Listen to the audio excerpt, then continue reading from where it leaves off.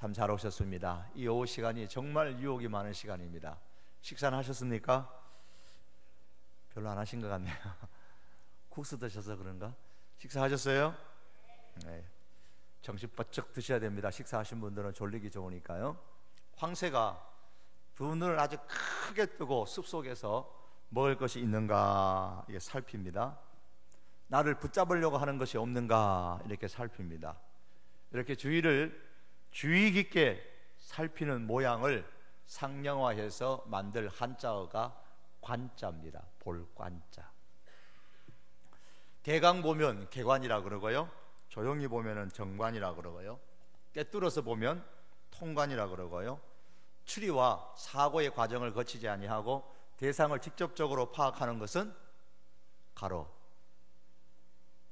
뭐예요? 직관이라 그럽니다. 예, 직관이라 그러죠. 예.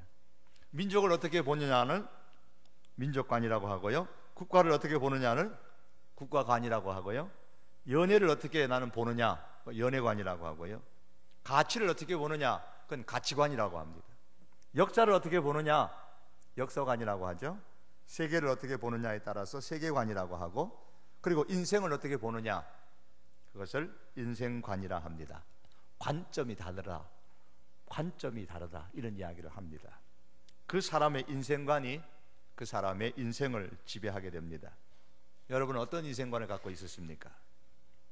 각 사람의 인생은 인생관의 차이입니다. 잘못된 인생관을 갖고 계시면은 반드시 불행한 인생을 살게 되고, 올바른 인생관을 가지면 반드시 행복한 인생을 살게 됩니다. 그런데 이 인생관은 태어나자마자 저절로 습득되는 것이 아니고요, 사는 중에 뭔가 혹은 누군가의 영향을 받아서 갖게 되는 것입니다. 사람이 살다 보면 닮고 싶은 사람이 있죠. 여러분 누구를 닮고 싶은가 한번 생각해 보셨습니까? 아, 나는 이런 사람 닮고 싶다. 아, 나는 저런 사람 닮고 싶다. 그래서 요즘 연예인이 되고 싶어하는 10대들이 많은데, 나는 연예인의 누구누구를 닮고 싶다 그런 얘기를 합니다. 누구를 닮을 것인가, 닮고 싶은 그 누군가를 워너비라 그런 얘기를 합니다. 워너비, 닮고 싶은 그 누군가. 역사 가운데 살았던 사람이나 우리가 살고 있는 동시대의 사람들 중에서 나의 워너비가 될 만한 사람을 선택할 수 있을 겁니다. 여러분도 나름대로의 나의 워너비, 내가 닮고 싶은 사람이 누군가 아마 여러분이 선정할 수 있을 겁니다. 그 워너비가 누구든지 일단 그 워너비로 선정이 되면은 그 사람의 인생에 그 워너비는 중요한 영향을 끼치게 됩니다.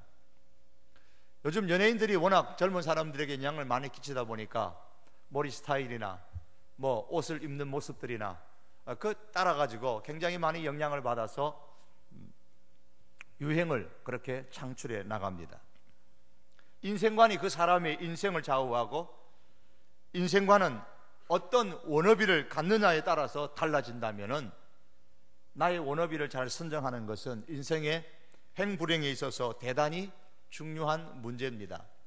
그래서 내가 나의 워너비로, 내가 닮고 싶은 사람으로 누구를 선정할 것인가는 대단히 중요한 문제입니다. 오늘 저는 본문의 말씀을 통해서 예수님으로부터 배우는 삶의 지혜라는 제목을 정했습니다. 좀 어렵게 얘기한다면은 나의 워너비 예수 그리스도 이렇게 말할 수 있을 겁니다. 오늘 이 자리에서 예배하는 모든 분들이 예수님을 진정한 워너비로 삼아서 예수님으로부터 삶의 지혜를 배울 수 있기를 바랍니다. 그로 통해서 여러분들이 바른 인생관을 정립하고 여러분의 삶이 행복해지기를 참으로 원합니다. 예수님은 이 땅에서 짧은 생애를 사시면서 많은 사람들의 추종을 받기도 하셨지만, 반대로 많은 사람들의 시기와 질투의 주 대상이 되기도 하셨습니다. 오늘 본문에 보시면 예수님을 메시아로 믿는 사람이 있었다 31절의 말씀에 기록되어져 있고, 반면에 반대하고 27절의 말씀처럼 죽이려는 사람들 25절이나 32절의 말씀에 보면 죽이려는 사람들이 있었던 것을 볼 수가 있습니다.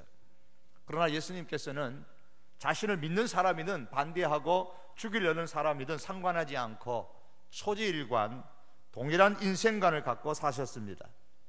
오늘 본문에 나타난 예수님의 인생관을 세 가지로 정리해 볼 수 있는데, 오늘 예수님의 그 인생관이 바로 우리들의 인생관이 될 수 있기를 원합니다.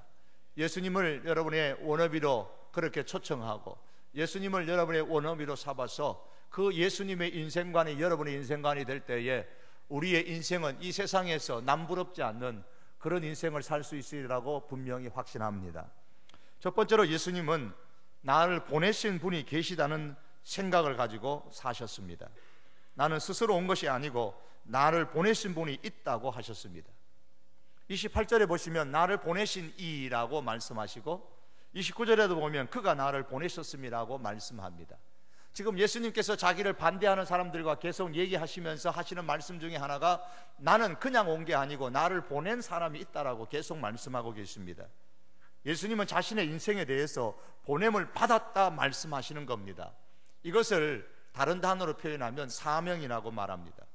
사명의 사자라는 것은 심부름시키는 사자입니다. 그러므로 예수님은 나는 막중한 심부름을 받고 태어난 목숨이다 이렇게 말씀하시는 겁니다. 예수님만이 아니라 우리 인간은 자신이 자각하든 하지 못하든 막중한 심부름을 받고 태어난 목숨들입니다. 즉 인간은 사명적 존재입니다.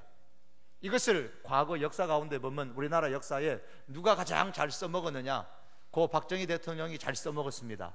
그래서 유신시대를 살았던 사람들은 아시죠? 우리는 뭘 갖고 태어났다? 예? 지사님 뭘 갖고 태어났다 그랬습니까? 예, 역사적 사명을 갖고 태어났다 이렇게 배웠습니다. 그래서 학교에 가서 다 이것을 외워야만 됐습니다. 우리는 역사적 사명을 갖고 이 땅에 태어났다 그렇게 유신 시대에는 그것을 가르쳤습니다. 여러분 사명을 갖고 태어났다는 게 잘못된 게 아닙니다. 인간은 누구나 사명적 존재입니다. 사명에는 반드시 심부름을 보낸 자가 있습니다. 누가 나에게 심부름을 보냈는가? 누가 나에게 심부름을 보냈는가? 거기에 따라서 사명의 무게가 달라지는 겁니다. 친구가 나한테 심부름을 보낼 수도 있죠. 애인이 나한테 심부름을 보낼 수 있습니다. 그러면 불이 나게 가가지고 어떻게 하든지 그 사명을, 그 심부름을 감당하려고 할 겁니다. 예수님은 하나님으로부터 보냄을 받았다, 심부름을 받았다 이렇게 말씀하십니다. 예수님께서는 부활하시는 그 이후에 제자들에게도 그렇게 말씀하셨습니다. 아버지께서 나를 보내신 것 같이 나도 너희를 보내노라. 나도 너희를 보낸다. 이 말씀에 의하면 제자들은 예수님으로부터 보냄을 받았습니다. 사명을 받았습니다.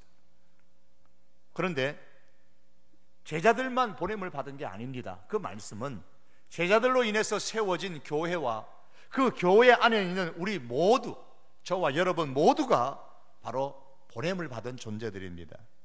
따라서 오늘날의 교회와 저와 여러분들은 모두가 제자들처럼 예수님으로부터 보냄을 받은 사람들입니다. 그러므로 우리는 예수님께서 나를 세상에 보내셨다라는 이 사명의식을 갖고 살아야 됩니다. 이 인생관에 따라서 우리 인생이 달라집니다. 그러므로 우리는 아무런 목적도 의미도 없이 이 세상에 태어난 존재가 결코 아니라는 것을 아셔야 됩니다. 내가 왜 태어났을까? 가엾은 어머니 왜 나를 낳으셨나요?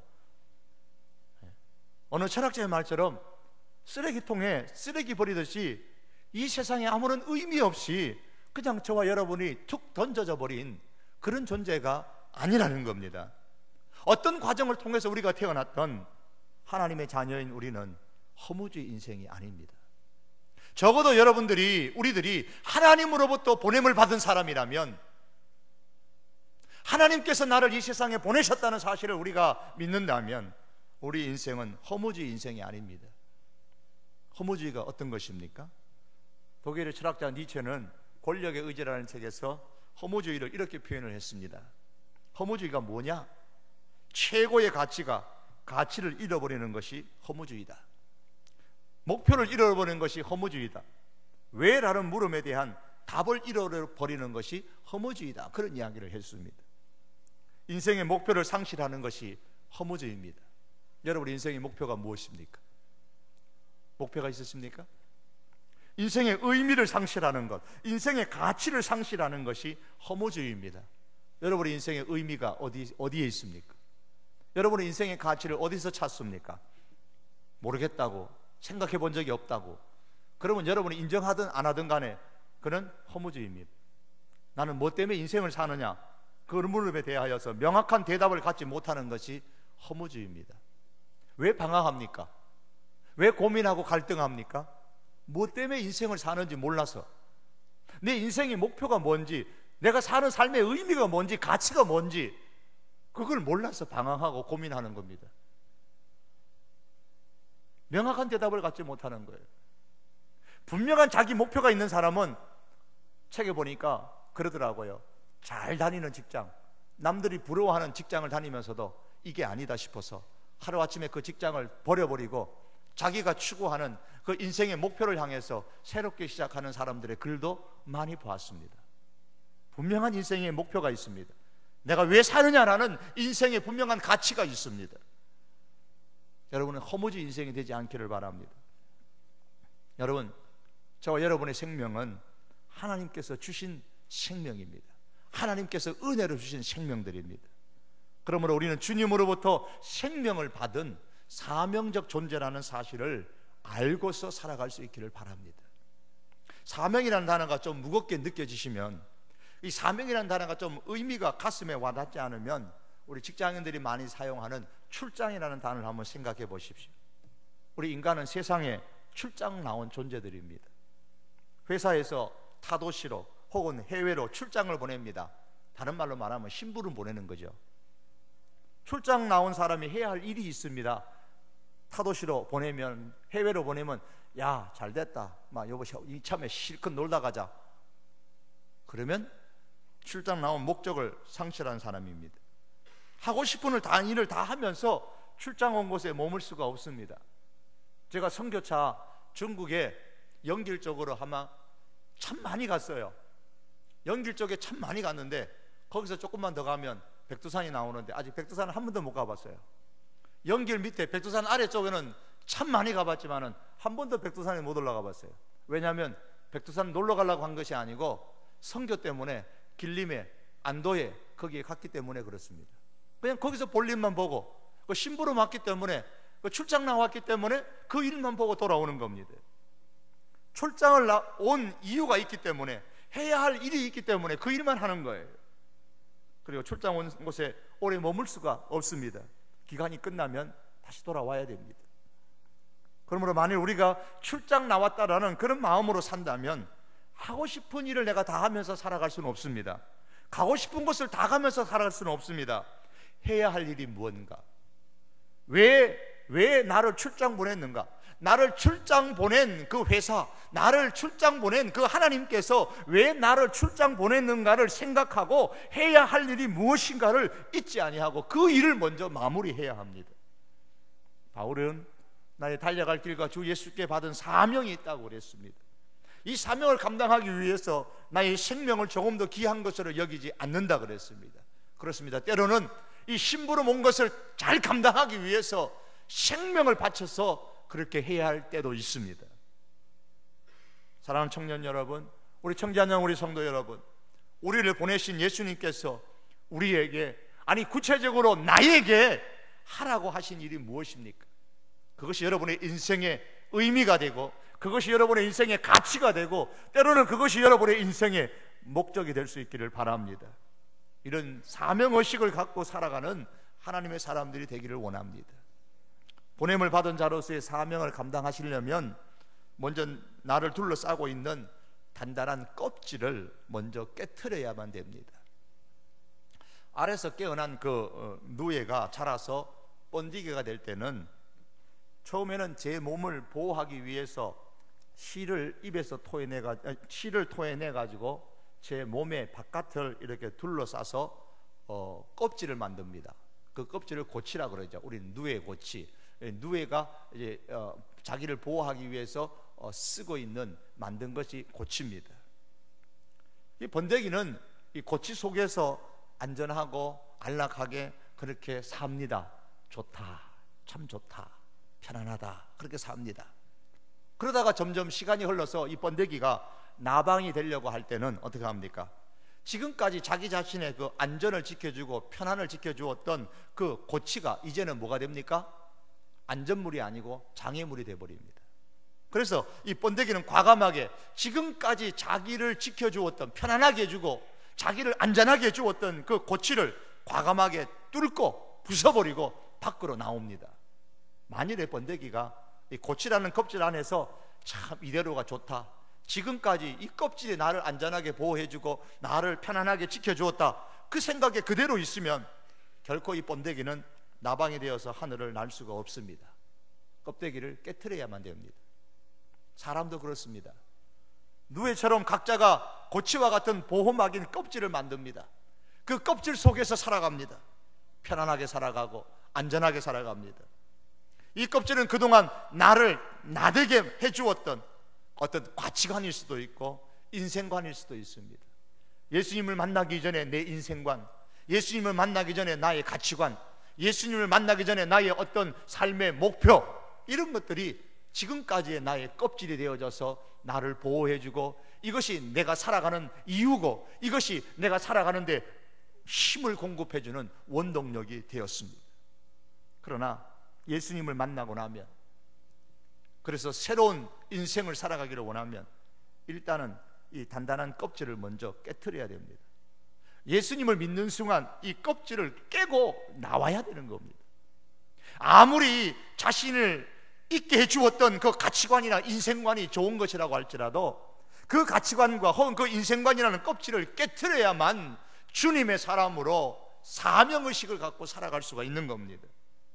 그래야만 나방처럼 날개를 달고 주님의 자녀로서 훨훨 날 수가 있는 거예요.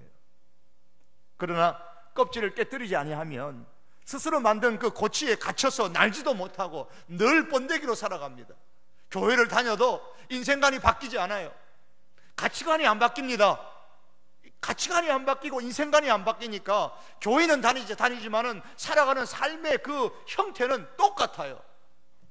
교회를 다녀도 안 다닐 때나 예수님을 믿어도 안 믿을 때나 달라지는 삶의 모습이 전혀 나타나지 않는 겁니다. 왜? 껍질을 깨트려 나오질 않으니까요. 번데기가 껍질을 깨고 나방이 되어 날아다니는 것처럼 우리는 세상적인 가치관과 세상의 어떤 인생관의 껍데기를 깨고서 예수님의 보냄을 받은 사명자의 의식을 가지고 세상을 날아다니는 그런 예수님의 사람들이 되기를 바랍니다. 깨트리셔야만 돼요. 아무리 편안하더라도, 그것이 아무리 내게 안전을 주었던 것이라 할지라도 그 껍질을 깨트리고 주님의 사람으로 우리가 새롭게 거듭나야 됩니다.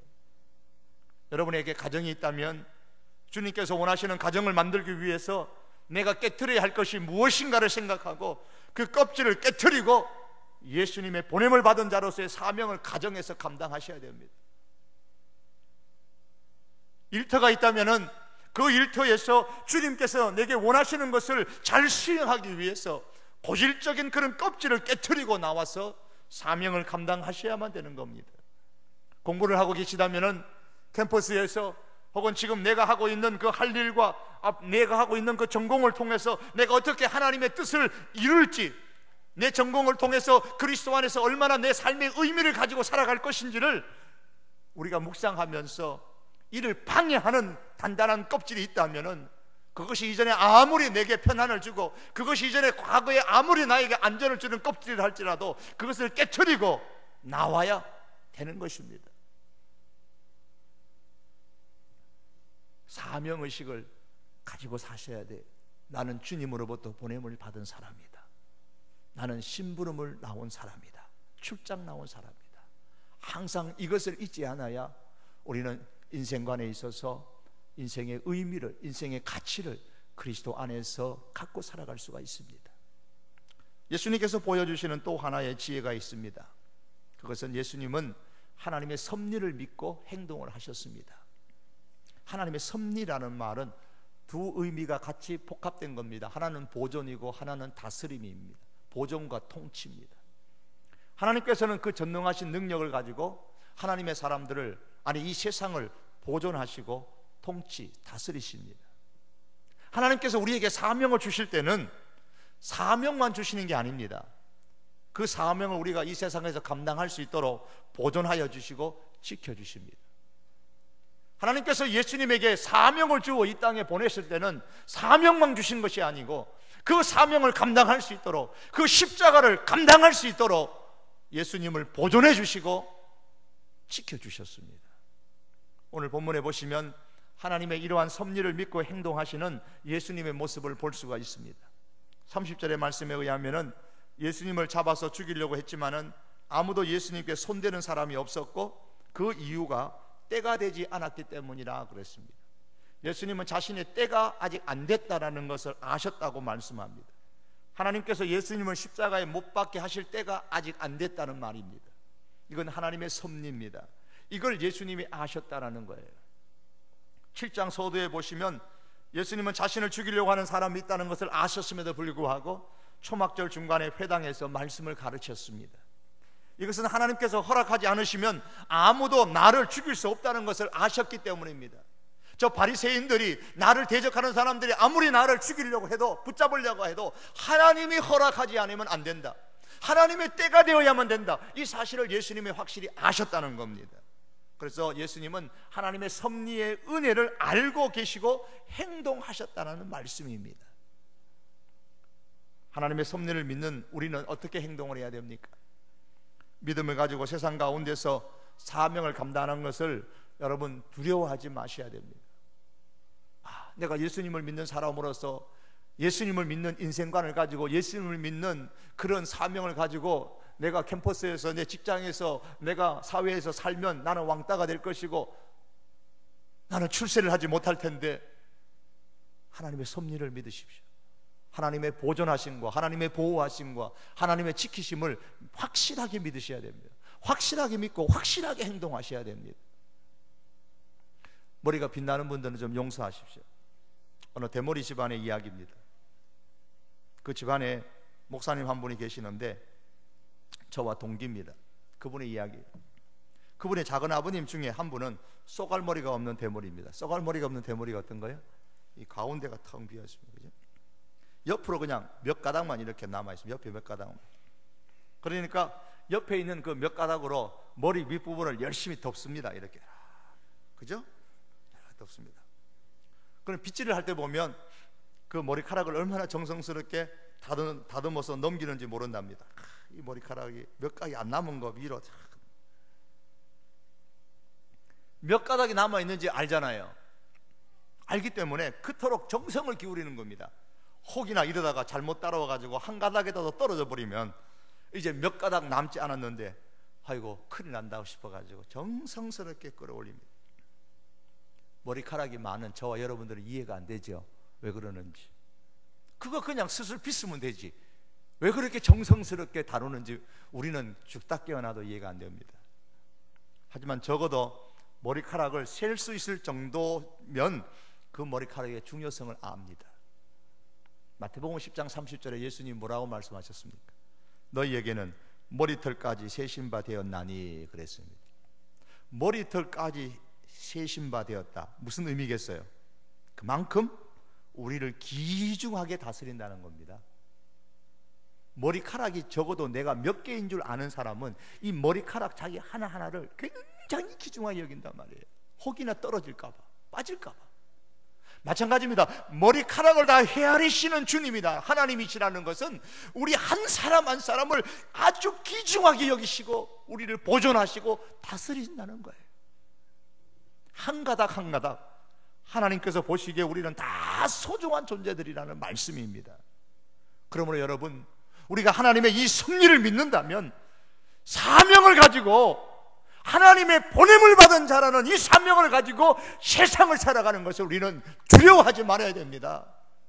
이 사명 감당하다가 이 사명대로 내가 세상을 살다가 내가 오히려 실패하는 인생이 되지 않을까? 아닙니다. 하나님이 보존하시고 하나님이 다스리십니다. 그런데 세상을 두려워하지 않되 지혜롭게 행하셔야 됩니다. 예수님은 두려워하지는 않으셨지만은 지혜롭게 행하라고 하셨습니다. 비둘기같이 순결할 뿐만 아니라 뱀같이 지혜롭게 행동하라고 말씀하셨습니다. 그러면서도 너의 육을 죽이고 영을 죽이지 못하는 인간을 두려워하지 말고 영과 육을 다 죽이는 하나님을 두려워하라 그랬습니다. 그러므로 우리는 두려워하지는 말되 지혜롭게 세상을 사셔야 돼요.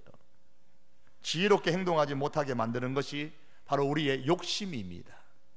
하나님의 섭리를 믿으면서도 어리석게 행동하는 사람들이 있는데 왜 그러냐? 욕심이 먼저 앞서기 때문에 그래요. 욕심을 이루려다가 지혜롭게 행동하는 걸 잃어버려요. 지혜를 잃어버립니다. 7장 1절에 보시면 사람들이 예수님을 죽이려고 한다는 사실을 예수님이 아셨습니다. 그런 분위기 파악도 하지 못한 형제들은, 예수님의 형제들이요, 예수님을 막 부추깁니다. 이왕 사역할 거 슬슬슬 뒤에서 하지 말고 사람들이 한번 보이는데 크게 나타나가지고 한번 대박을 터뜨려보자. 이번 초막절에 전국에서 사람들이 다 예루살렘에 모이는데 그 자리에 가서 한번 대박을 터뜨리자는 겁니다. 같이 올라가자. 그래서 뭐 하자는 겁니까? 한번 출세해보자는 겁니다. 그리고 형 덕분에 우리 형제들도 한번 어깨에 힘주고 한번 멋지게, 한번 멋들어지게 살아보자는 겁니다. 예수님께서 그들의 마음에 욕심이 가득 찬 것을 보셨습니다. 하지만 예수님은 그들의 욕심을 거절하셨어요. 욕심을 버리고 지혜를 얻으려면 기도의 자리로 가야 됩니다. 기도는 내 욕심을 내려놓고 하나님의 지혜를 얻을 수 있는 기회를 우리에게 제공해 줍니다. 성경은 예수님의 행동에 대해서 이렇게 기록합니다. 형들이, 동생들이 막 부추기면서 올라가자고 했을 때에 요한복음 7장 9절과 10절의 말씀은 이렇게 말씀하죠. 이 말씀을 하시고 갈릴리에 머물러 계시니라. 갈릴리에 머물러 계셨어요. 예수님은 형제들의 요청을 거절하고 갈릴리에 머물러 계셨어요. 아마도 이때는 예수님의 생활 습관을 볼 때에 하나님과 대화하는 기도의 시간이었을 겁니다.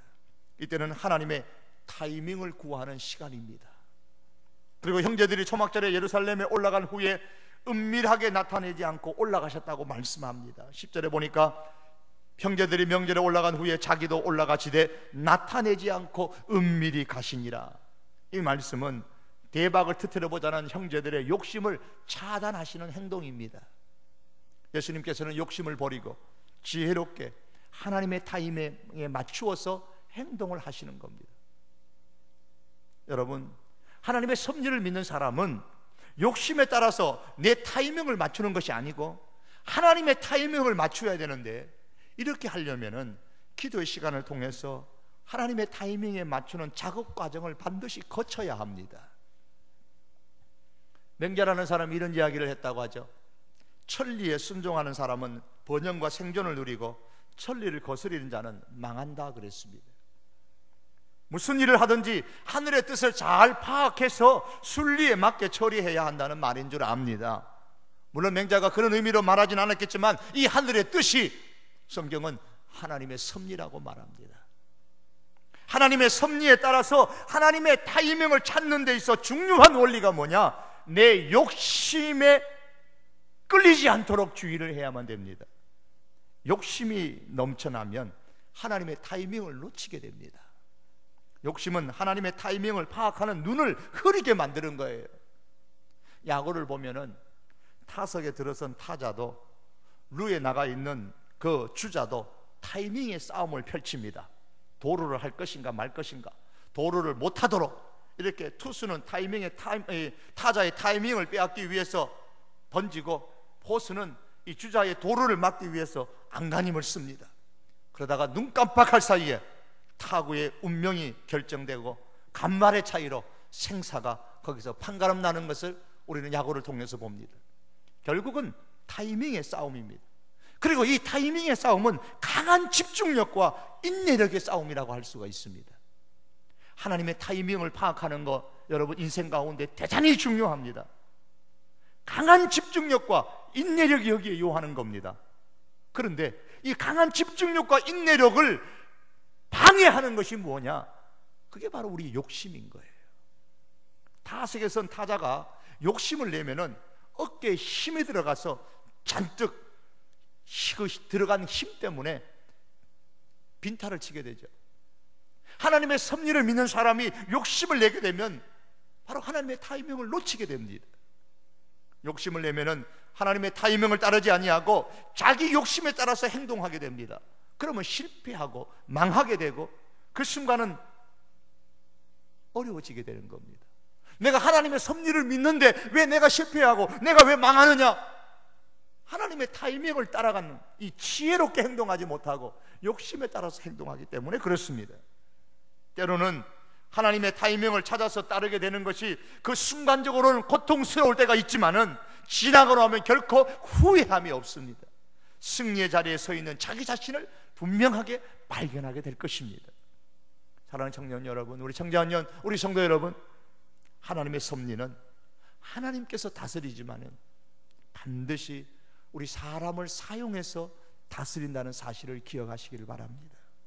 따라서 하나님의 섭리를 우리가 믿는다면 하나님의 타이밍에 따라서 행동할 수 있도록 욕심을 낮추고 우리의 영성을 높이는 그런 기도의 시간을 꼭 갖기를 바랍니다. 말씀을 가지고 묵상할 수 있는 시간들을 꼭 갖기를 바랍니다. 마지막으로 본문에서 예수님으로부터 우리가 배울 수 있는 삶의 지혜가 무언가? 예수님은 보내신 분에게로 돌아갈 것이라는 의식을 갖고 사셨어요. 33절과 34절의 말씀 보면 예수께서 이르시되 내가 너희와 함께 조금 더 있다가 나를 보내신 이에게로 돌아가겠노라. 너희가 나를 찾아도 만나지 못할 터이요 나 있는 곳에 오지도 못하리라. 나는 보내신 이에게로 돌아간다. 여러분, 그렇습니다. 하나님께로 갈 날이 있습니다. 하나님께서 우리를 부르시면 우리는 다 돌아가야 합니다. 밥을 먹다가도 그냥 돌아가야 되고요, 공부를 하다가도 시험 준비하다가도 주님 부르시면 그냥 다 가야 돼요. 어쩔 수 없어요. 그러므로 늘 돌아갈 것이라는 것을 의식하면서 살아가야 됩니다. 이것은 사람이 마지막을 의식하고 살아야 한다는 말입니다. 마지막을 의식하고 사셔야 돼요. 우리 젊은 분이서도 이게 제일 잘 안 되지요. 창창한 인생인데 마지막이라뇨. 여러분, 우리는 이 땅을 살면서 젊어도 마지막을 의식하고 살아야 됩니다. 예수님 이 당시 몇 살입니까? 30에서 33살이잖아요 사역을 시작하면 사역을 마칠 때는 33살, 한창 젊은 나이입니다. 청장년의 나이입니다. 청년의 나이입니다. 사람이 마지막을 알고 산다는 것은 정말 중요합니다. 왜냐하면 마지막을 아는 지혜가 현재의 나의 삶의 방향을 이끌기 때문입니다. 그러나 사람들은 마지막을 보지 못하고 살아가요. 이것이 사단의 유혹에 빠져있는 인간의 모습입니다. 사단은 인간으로 하여금 현재만을 바라보게 함으로써 마지막을 잊어버리게 만들어요. 창세기 2장 17절에 보면은 하나님께서 아담에게 선악을 알게 하는 나무 열매를 먹지 말아라. 먹는 날에는 반드시 죽으리라 말씀하셨습니다. 선악과를 먹는 날에는 마지막이 있다는 것을 분명히 말씀하셨습니다. 이 마지막을 기억하라고 말씀하셨습니다. 그런데 인간이 사단의 유혹에 빠졌을 때는 어떻습니까? 선악과를 먹으면은 이 선악과가 내게 주어지는 혜택, 거기만 정신이 팔렸습니다. 뱀이 유혹했던 그 혜택에만 관심이 있었습니다. 하나님께서 말씀하신 마지막에 대해서는 전혀 마음에 두지 않았습니다. 오늘날 인간들도 처음에 그 아담 하와처럼 똑같은 모습으로 세상을 살아가는 사람들이 너무나 많습니다. 여러분 어떻습니까? 나는 아주 젊으니까 마지막은 60살이 넘어서나 생각할 일이다. 여러분, 그러면 어떻게 되는 줄 아십니까? 마지막을 생각하면서 이 젊은 날을 사는 사람들보다도 훨씬 더 젊은 날을 제대로 유용하게 사용하지 못할 것입니다. 인간은 항상 마지막에 서서 현재를 해석해야 한다는 것을 잊으셔는 안 됩니다.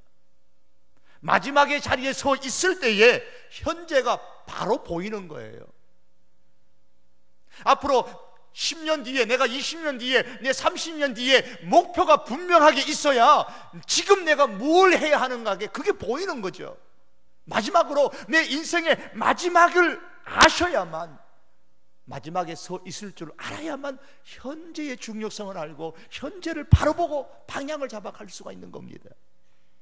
전도서 7장 2절의 말씀에 보시면 초상집에 가는 것이 잔치집에 가는 것보다 나았다 그랬습니다.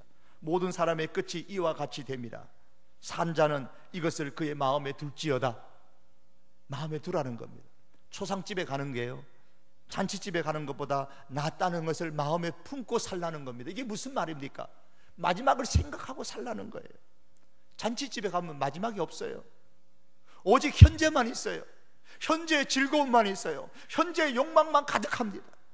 그러나 초상집에 가면 시작이 없고 마지막이 보일 뿐입니다. 마지막에 대한 울음과 마지막에 대한 통곡만이 거기에 남아 있습니다. 초상집에서 인간의 마지막을 바라보면서 살아있는 내 자신의 현재를 해석하라는 말씀입니다. 그 사람이 지혜로운 사람이다. 이것을 마음에 품고 살라고 말씀합니다. 여러분, 인간의 습성은 안 그래요. 자꾸 마지막을 무시하고 현재에만 집착해서 살아가려고 합니다. 우리가 현재에만 살아가려고 하는 이 습성에 빠지게 되면 우리 사람에게서는 현재를 위해서 온갖 계획과 목표를 세우고 거기에 끊임없이 도전하는 모습은 보이지만은 결국 제대로 된 방향을 설정할 수가 없습니다. 청춘 거침없이 달려라, 그런 책이 있더라고요. 서점에 가보니까 청춘 거침없이 달려라, 잃을 게 시간밖에 없다면 무조건 도전하라, 그런 내용이 있더라고요. 그러나 여러분, 거침없이 달리면 브레이크만 고장날 뿐입니다. 삶이란 시간이 남아있는 것이고 죽음이라는 것은 남아있는 시간을 다 잃어버리는 것인데 잃을 게 시간밖에 없다면 결국 죽는 것이죠. 성경이 재림이나 심판을 말씀하는 이유가 뭡니까? 재림이나 심판을 생각하면서 두려워하면서 살아라, 그런 말씀이 아닙니다. 모든 것을 중단하고 아무것도 하지 말고 그렇게 살아라, 그것을 강조하는 말씀이 아니잖아요. 마지막이 있으니까 그 마지막을 생각하고 현재를 바로 살라는 말씀입니다. 정말 그렇게 되기를 우리가 원치 않지만은 저와 여러분에게 지금 내게 지어진 수간이 일주일밖에 없다고 한번 가정을 해보십시다. 일주일 후면 죽습니다.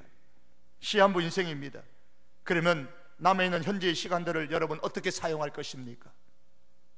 마지막에 서 있는 이런 마음으로 우리 앞에 남아있는 30년, 50년 혹은 그 이상의 삶을 살라는 말씀이에요. 재림과 심판은 먼 미래의 것이라고 그렇게 생각을 가지고 현재를 바라보면 현재의 마음을 빼앗기게 되고 살게 됩니다. 현재에 방황하고 사명 갖고 살아갈 수가 없어요. 그러므로 재림과 심판이 먼 50년 아니 먼 100년 뒤의 일이라고 생각하지 말고 바로 내일이다, 바로 일주일 후의 심판이고 일주일 후의 재림이다, 내 인생의 마지막이다, 이것을 생각하시고 마지막에 서서 현재를 보면서 살아가야지만 우리는 현재의 마음을 빼앗기지 아니하고 나에게 신분을 보낸 그 하나님의 그 심부름을 기억하고 그 사명을 감당하면서 우리가 이 땅을 살아갈 수가 있는 겁니다. 현재의 내 인생이 선명하게 보이는 겁니다. 세상은 인간을 하여금 마지막에 눈을 돌리지 못하도록 만듭니다. 항상 현재의 소망을 두라, 현재의 희망을 두라, 현재에 자꾸 관심을 가지라고 그렇게 우리에게 말하고 있습니다.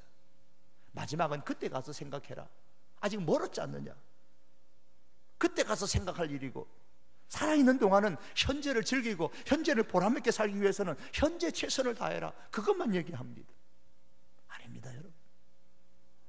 그리스도인과 그리스도인 아닌 사람의 삶이 다를 수밖에 없는 것은 출발부터가 다르기 때문입니다. 성도는 마지막을 시작으로 해서 현재에 오지만 안 믿는 사람들은 현재를 출발해서 현재에 머무르고 살아갑니다. 때문에 현재의 비현실성을 깨트렸을 만한 기준이 아무것도 없기 때문에 자기 욕망에 도취되어져서 멸망의 삶으로 달려갈 뿐입니다. 그러나 마지막을 생각하고 마지막에서부터 출발해서 현재에 온 사람은 그 마지막에 그 기준이 있어요. 그 기준에 따라서 현재를 살기 때문에 우리는 바로 살 수 있는 것입니다. 여러분, 우리는 지금 어떻게 살고 있습니까? 마지막을 보면서 현재에 와서 삽니까? 아니면 현재를 보면서 현재에 몰두하면서 살아가고 있습니까? 히브리서 성경은 믿음의 사람들을 열거하면서 어떻게 그들이 이 세상에서 믿음을 지킬 수 있었는지 그 비결을 가르쳐 줍니다. 그들이 같이 말하는 것은 자기들이 본향 찾는 자임을 나타냅니다. 어떻게 믿음을 지킬 수 있었을까? 본향 찾는 자들, 마지막을 생각했다는 겁니다. 그러므로 사랑하는 청년 여러분, 우리 청장년 성도 여러분, 출장을 나온 사람은 일을 다 마치고 돌아갈 때가 반드시 있어요. 그러므로 주님 앞에 설 때를 생각하면서 현재를 바라보시기를 바랍니다. 그래야 많은 시험을 이길 수 있고 헛된 행동을 하지 않을 수가 있습니다. 그래야 믿음을 잘 지킬 수가 있습니다. 말씀을 맺기를 원합니다. 여기에 보냄을 받았다, 이 사명의식을 갖고 살아갈 수 있기를 바랍니다. 하고 싶은 일들이 많이 있더라도 사명을 받은 자로서 내가 무엇을 먼저 해야 할 것인가를 늘 기억하면서 살아갈 수 있기를 바랍니다. 다른 곳에 기웃거리지 마시고 해야 할 일에 마음을 두고 사시기를 바랍니다. 더 나아가서 하나님의 섭리를 믿고 사시기 바랍니다. 사명을 감당하며 나아갈 때에 하나님께서는 반드시 우리를 보존하시고 우리를 다스리시고 우리를 지켜주십니다. 세상에서 믿음을 드러내는 것 여러분 두려워하지 마십시오. 사명을 갖고 살아가는 것 두려워하지 마시길 바랍니다. 그러나 지혜롭게 사시기를 바랍니다. 마지막으로 반드시 돌아갈 날이 있다는 것을 생각하시고 주님 앞에 설 그 날들을 생각하시면서 오늘 현재를 지금을 준비하시고 살아가시는 하나님의 사람들이 될 수 있기를 축복합니다. 기도하시겠습니다. 살아계신 주님, 주님의 사람들입니다. 주께서 우리에게 보여주셨던 인생관, 이 말씀들을 우리가 묵상하면서 주님, 우리가 바른 인생관을 가지고 하나님 우리가 살아갈 수 있도록 은혜를 주시기를 간절히 원합니다. 주님이 주셨던 이 삶의 지혜를 하나님 우리가 닮아가면서 이 땅을 살아가게 하시고 참으로 주님께서 보실 때에 의미 있는 인생을 살아갈 수 있는 우리 하나님의 사람들 되게 하여 주시옵소서. 예수님의 이름으로 기도하옵나이다. 아멘.